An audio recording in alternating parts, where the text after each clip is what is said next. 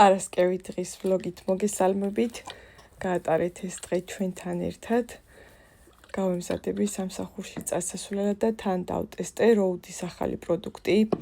ეს კონკრეტული არის 2 ნომერი და ჩემი კანის ფერისთვის არის ძალიან კარგი. ფაქტიურად ფერი არა აქვს და მე რაც გამოვცადე და დავტესტე, ეს დღეები რამდენჯერმე გამოვიყენე.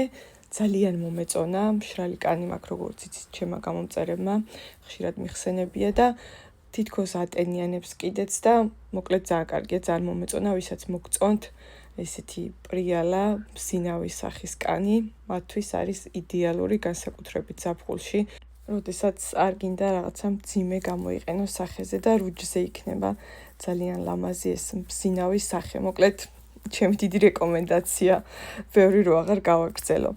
გავიმზადე, სუბუქად მაკიაჟი გავიკეთე და შემდეგ უკვე დავიწყე ლანჩების ჩალაგება, რომელსაც ვაკეთებ ახლა უკვე შემცირებულად, მხოლოდ ჩემთვის და დათუჩასთვის და თაიასთვის, რადგან დათუშა და თაია აგრძელებენ ბაღში სიარულს, დიდები უკვე როგორც იცით დაითხოვეს სკოლიდან და კვირაში 3 დღე რჩება ჩვენი კარის მეზობელი ბავშვი, რომელიც არის 16 წლის, გოგონა, ძალიან კარგი გოგოა და 2 დღე კიდევ ჩემი გოგოები მეხმარებიან იაკოსთან და ქეთისთან გამყავს ხოლმე და რაც შეეხება ჩემი მეზობლის დარჩენას, ეს კანადაში ძალიან მიღებულია და ძალიან ისეთი პრაქტიკა არის, ესე ვთქვათ, აღიარებული, განსაკუთრებით ზაფხულის პერიოდში, თინეიჯერი ბავშვები უმეტესად 90% მუშაობენ, ზოგი part-time, ზოგი full-time და გოგოები უმეტესად მუშაობენ ძიძებად,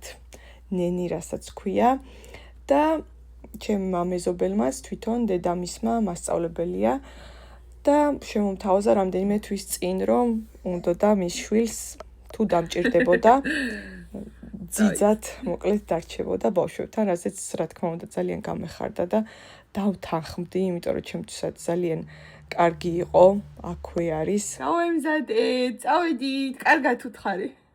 კარგად უთხარი. და კვირაში 3 დღე სრულად მისაღები აღმოჩნდა ამ ბავშვისთვის.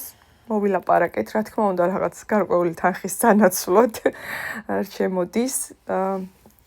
დაახლოებით 6 საათი უწევს დღეში, როგორც იცით, მეც part-time მუშაობ და შემოდის 9-დან 3 საათამდე არის ბავშვებთან.